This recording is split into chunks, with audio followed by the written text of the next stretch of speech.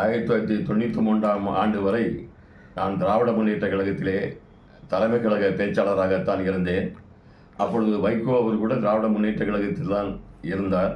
மாநிலங்களவை உறுப்பினராக இருந்தார். மாநிலங்களவையிலே சிங்கம் போல் கர்ஜித்தார். நாடாளுமன்றத்தின் டைகர் என்று சொல்லக்கூடிய அளவுக்கு அவருடைய பேச்சாற்றல் இருந்தது. அவருடைய பேச்சாற்றலை வாஜ்பாய் உட்பட எதிர்க்கட்சி தலைவர்கள் எல்லாருமே அவருடைய பேச்சாற்றலை பாராட்டினார்கள், போற்றினார்கள். உதாரணம் சொல்ல வேண்டும் என்று சொன்னால், ஒரு முறை இன்றைய தினம் மேற்கு வங்காளத்திலே முதலமைச்சராக இருக்கின்ற மம்தா பானர்ஜி அப்பொழுது நாடாளுமன்ற உறுப்பினராக இருந்தார். நாடாளுமன்றத்திலே உறுப்பினராக இருந்த மம்தா பானர்ஜி அவர்கள் அவருக்கு பேச வாய்ப்பு வரும்பொழுது வைகோ அவர்கள் கழுத்திலே போட்டிருந்த அந்த கருப்பு துண்டை எனக்கு கொஞ்சம் கொடுங்கள் என்று சொன்னார். ஏன் என்று கேட்டபொழுது, எனக்குத்தான் அப்பொழுது இந்த அரசை எதிர்த்து பேசுவதற்கு வீரம் வரும் என்று சொல்லி அந்த கருப்பு துண்டை வாங்கி மம்தா பானர்ஜி தன்னுடைய கழுத்திலே போட்டுக்கொண்டு பேசினார் என்பது வரலாறு. அப்படிப்பட்ட வீரம் கொப்பளிக்கும் அந்த பேச்சாளராக வைகோ இருந்தார். நேர்மையாக பணியாற்றினார். எந்த பதவியையும் எதிர்பார்க்கவில்லை. அண்ணாவின் கருத்துக்கள், கோட்பாடுகள், லட்சியங்கள் தமிழ்நாடு முழுவதும் பரவுவதற்கு அவருடைய பேச்சு, அவருடைய செயல் காரணமாக இருந்தது. நெருக்கடி காலத்திலே சிறையிலே இருந்தார். எந்த போராட்டத்திற்கும் தயாராக இருந்தார். ஒன்றை குறிப்பிட்டாக வேண்டும், அவர் அரசியல் சட்டத்தை கொடுத்தினால் கைது செய்யப்படுவீர்கள் என்ற ஒரு சூழ்நிலை அவர் திராவிட முன்னேற்ற கழகத்திலே இருந்த பொழுது இருந்தது. அப்பொழுது அரசியல் சட்டத்தை கொடுத்திய பேராசிரியர் அன்பழகன் உட்பட எங்களுடைய ஆலந்தூர் ஆபிரகாம் உட்பட 10 பேர் கைது செய்யப்பட்டார்கள். சட்டத்தை கொளுத்திய காரணத்தினால் கைது செய்யப்பட்டார்கள். மட்டுமல்ல, பதவி நீக்கம் செய்யப்பட்டார்கள். அப்படி பதவி நீக்கம் செய்யப்பட்ட நிலையிலே நெல்லையிலே வைகோ தலைமையிலே சட்டம் கொடுத்தப்படும் என்று அறிவிக்கப்பட்டது. படிப்படியாக அந்த போராட்டத்தை திராவிட முன்னேற்ற கழகம் எடுத்தது. ஒவ்வொரு மாவட்ட வரையாக எடுத்தது. நெல்லையிலே இத்தனாம் தேதி வைகோ தலைமையிலே இந்தி ஆதிக்க மொழி, இந்தியினுடைய அரசியல் 17வது பிரிவு கொளுத்தப்படும் என்று அறிவித்து வந்த பொழுது வைகோ கொளுத்த போகிறார் என்ற செய்தி வந்தது.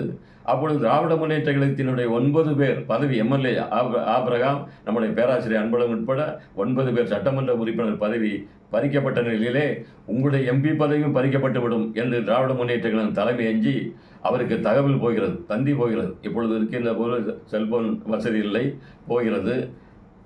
அதை வைகோ அவர்கள் புறந்தள்ளிவிட்டார்.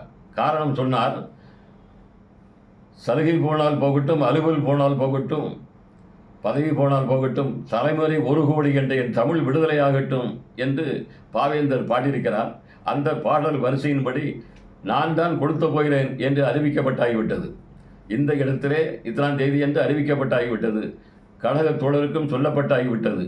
ஆகவே நான் இந்த பதவி போய்விடும் என்று சொல்லி இதை கொடுத்தாமல் இருந்தால் அது மிகப்பெரிய மானக்கேடு, மிகப்பெரிய அவலம் என்று சொல்லி அவர் ஒரு முடிவு எடுத்து விட்டார். ஆகவே அவர் முடிவின்படி அவர் செய்தார். அதன் பிறகு கலைஞர் அவர்கள் அந்த செயலுக்கு அவர் பாராட்டினே தவிர குறை சொல்லவில்லை. என்றாலும் ஈழப்பிரச்சனையிலே அவர் தோணியிலே சென்றார்.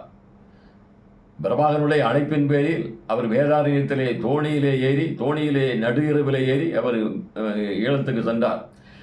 அந்த செயல் கலைஞருக்கு ஒருவேளை பிடித்ததோ பிடிக்காமலோ, ஆனாலும் அந்த செய்தியை அவருடைய நண்பர் மூலம், குட்டி என்ற அவருடைய நண்பர் மூலம் அதை தெரியப்படுத்திவிட்டுத்தான் அவர் சென்றார். ஆனாலும் கலைஞருக்கு அதுக்கு பிடிக்கவில்லை. என ஆட்சியை நம்மை கலைத்து விடுவார்கள் என்ற ஒரு சூழ்நிலை உருவாகி, அல்லது நமக்கு வேறு பல சங்கடங்களை தருவார்கள் என்று சொல்லி, அல்லது வைகோவுடைய உயிருக்கு ஆபத்தாகும் என்ற காரணமோ என்னவோ தெரியாது. ஆனால் அது பிடிக்கவில்லை. ஆனாலும் வைகோ சென்றுவிட்டு ஏறத்தாழ 40 நாட்கள் அங்கே ஈழத்திலே பிரபாகரனுடைய இருந்துவிட்டு, நீங்கள் தைரியமாக இருங்கள், நிச்சயமாக தமிழ்நாடு உங்களுக்கு துணை நிற்கும் என்று சொல்லிவிட்டு தான் வந்தார். காலப்போக்கில் ஒன்றிய அரசு, இன்றைய தினம் இருக்க மத்திய அரசு தமிழீழம் விடுதலை பெறுவது விரும்பவில்லை. இப்பொழுதும் விரும்பவில்லை, எப்பொழுதும் அது விரும்பாது. அது யாராக இருந்தாலும் சரி, எந்த ஆட்சி இருந்தாலும் அவர்கள் விரும்ப மாட்டார்கள். காரணம், அவர்கள் தமிழர்கள், அதை பற்றி கவலைப்பட மாட்டார்கள். ஆனால் லட்சக்கணக்கான தமிழர்கள் கொல்லப்பட்ட நேரத்திலே வைகோ அவர்கள் மிகவும் நொந்து போனார். அதன் காரணமாக மாநிலங்களவையிலே மிக கொதிப்பாக பேசினார். அதன் காரணமாக எங்களை போன்றவர்கள் மறுமலர்ச்சி திராவிட முன்னேற்றத்திலே ஈர்க்கப்பட்டு கட்சி 94 மறுமலர்ச்சி திராவிட முன்னேற்ற கழகம் ஆரம்பிக்கப்படுவது நான் அவரோடு இருந்தேன். தலைமை கழக துணை செயலாளராக பணியாற்றினேன். பொதுக்கூட்டங்களில் பேசினேன். பல நற்காரியங்களை நான் மறுமலர்ச்சி திராவிட முன்னேற்ற செய்திருக்கிறேன். அதன் ஈடாக என்னுடைய மகன் திருமணம் வந்த பொழுது அதற்கு நீங்கள் தலைமை தாங்கி நடத்த வேண்டும் என்று வைகோ அவரிடத்தில் கேட்டேன். அப்பொழுது மதுராந்தகம் ஆறுமுகம் அவர்கள் மாவட்ட செயலாளராக இருந்தார். வைகோ என்ன சொன்னார் தெரியுமா? நீங்கள் மாவட்ட செயலாளரிடத்திலே அனுமதி கேட்டு விட்டு வாருங்கள் செல்வராஜ் என்று சொன்னார். நான் மாவட்ட செயலாளரை அணிய பொழுது அவர் சொன்னது, நீ என்னப்பா அவருக்கு தேதி எப்பொழுது கிடைக்கிறது என்று பார், நான் எப்பொழுதும் ரெடியாக இருக்கிறேன். நீ ஒரு திருமண செய்தியை குறிப்பிட்டு சொன்னால் நான் எப்பொழுதும் வந்துவிட்டு அவருக்கு தேதி இருக்கிறதா என்று பார் என்று சொல்லிவிட்டு பிறகு வைகோ அவர்களே மதுராந்தக ஆறுமுகம் அவர்களிடத்தில் தொடர்பு கொண்டு நான் வந்து விடுகிறேன், பிரச்சனை இல்லை, என் தேதி கொடுத்து விடுங்கள் என்று சொன்னார். இதை திருச்சியிலே என்னிடத்திலே வைகோ அவர்கள் சொன்னார். ஆகவே அவசர அவசரமாக ஏற்பாடு செய்யப்பட்டு நடைபெற்றது.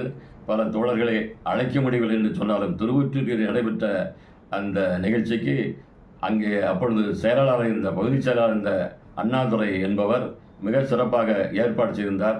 கொடிகள் கட்டியிருந்தார், போஸ்டர்கள் ஒட்டியிருந்தார். என்னுடைய செலவு கூட இல்லை, அவ்வளவு சிறப்பாக அண்ணாதுரை என்பவர் செய்தார். அந்த நிகழ்ச்சியின் பொழுது வைகோ அவர்கள் என்னை பலவார புகழ்ந்தார். குற்றாலத்து அறிவோல் தமிழ் சொற்களை பேசக்கூடிய ஆற்றலுக்கு சொந்தக்காரர். என்னிடத்தில் எந்த உதவியும் அவர் செல்வராஜ் தனக்கென வேண்டும் என்று கேட்டதில்லை. அப்படிப்பட்ட இல்லத்திலே திருமண நிகழ்ச்சியிலே கலந்து கொண்டது உள்ளபடி எங்களுக்கெல்லாம் மகிழ்ச்சி என்று சொல்லிவிட்டு போனார். காலப்போக்கிலே தொடர்ந்து அவரோடு தான் இருந்தேன், இப்பொழுதும் இருந்து கொண்டு தான் இருக்கிறேன். ஆனால் பல பேர் கட்சியை விட்டு இன்றைய தின காலகட்டத்திலே விலகிவிட்ட ஒரு காட்சியை நாம் பார்க்கும் பொழுது ரொம்பவும் வேதனையாக இருக்கிறது. ஏன் வந்தார்கள், ஏன் போனார்கள் என்றே தெரியவில்லை என்று நான் அவரிடத்திலே கடிதம் மூலம் கேட்டிருக்கிறேன். கடிதம் மூலம் ஏன் வந்தார்கள், ஏன் போனார்கள். பல பேர் பொன்முத்துராமலிங்கம், செஞ்சு ராமச்சந்திரன், கணேசன் போன்றவர், கண்ணப்பன் போன்றவர்களெல்லாம் கட்சியிலே மூத்தவர்கள், முன்னோடிகள் எல்லாம் சென்று விட்டார்கள். இப்பொழுது கட்சி உடைந்த ஒரு சூழ்நிலையில் இப்பொழுது இருந்தவர்களும் கொஞ்சம் பேர் போய்விட்டார்கள். உதாரணம் சொல்லிட்டு கொள்கை விளக்கணி செயலாளர் அழகு சுந்தரம் போன்றவர்கள், பல மாவட்ட செயலாளர்களும் இன்றைய தினம் இல்லை. குறிப்பாக நம்முடைய திண்டுக்கல் மாவட்டம் இருக்கிற ராமநாதபுரம் மாவட்டம், இன்னும் பல மாவட்ட செயலாளர்கள் கட்சி விட்டு போய்விட்டார்கள். இது மாற்றப்பட வேண்டும். திராவிட இயக்கத்தினுடைய கொள்கை கோட்பாடு காப்பாற்றப்பட வேண்டும் என்று சொன்னால் உண்மையான தலைவன் வைகோ என்று சொல்லி காப்பாற்றப்பட வேண்டும்.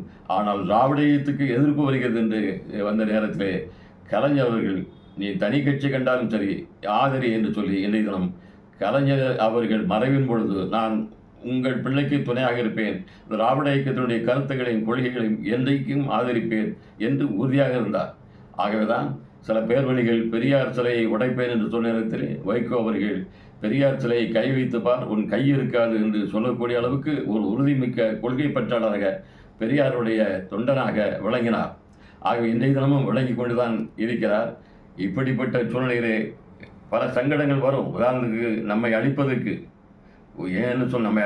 பல சக்திகள், தீய சக்திகள் வழிவகுக்கும். ஏன்னா திராவிடம் என்று சொன்னாலே ஆரியத்துக்கு பிடிக்காது, வடநாட்டுக்கு பிடிக்காது, அதுவும் பாரதிய ஜனதாவுக்கு அறவே பிடிக்காது. நம்ம ஒழிக்க வேண்டும் என்பதுதான் அவருடைய நோக்கம், அவருடைய கொள்கை. ஆகவே அந்த அடிப்படையிலே நம்மை எதிர்க்கிறார்கள். 1971 நாம் வெற்றி பெற்றோம், 182 இடங்கள்.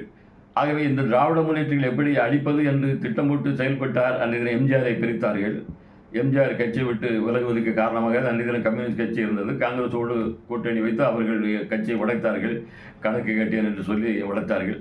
அதை போன்ற ஒரு சூழ்நிலை மீண்டும் உருவாக வேண்டும் கருதி இன்றைய தினம் வைகோ அவர்களை சிறுமைப்படுத்த வேண்டும், கேள்விப்படுத்த வேண்டும் என்று கருதி சில சக்திகள் செயல்பட்டு கொண்டிருக்கின்றன. அதை பற்றியெல்லாம் அஞ்சாமல் கொள்கை கோட்பாடு லட்சியமிக்கவர்களாக பதவி சுகத்துக்கு நாம் பிறக்கவில்லை, புதிய சமுதாயம் படைக்க பிறந்தோம் என்ற கொள்கையின் அடிப்படையிலே நான் செயல்பட வேண்டும் என்றாலும் இன்றைய தினம் சில பேர்வழிகள், சீமான் போன்ற பேர்வழிகள் இன்றைய தினம் மறுமலர்ச்சி திராவிட முன்னேற்றத்தை மட்டுமல்ல திராவிட இயக்க சிந்தனைகளே எதிர்க்கிறார்கள். பெரியார் பல போராட்டங்கள் நடத்தியிருக்கிறார், இடஒதுக்கீட்டுக்காக போராடியிருக்கிறார்,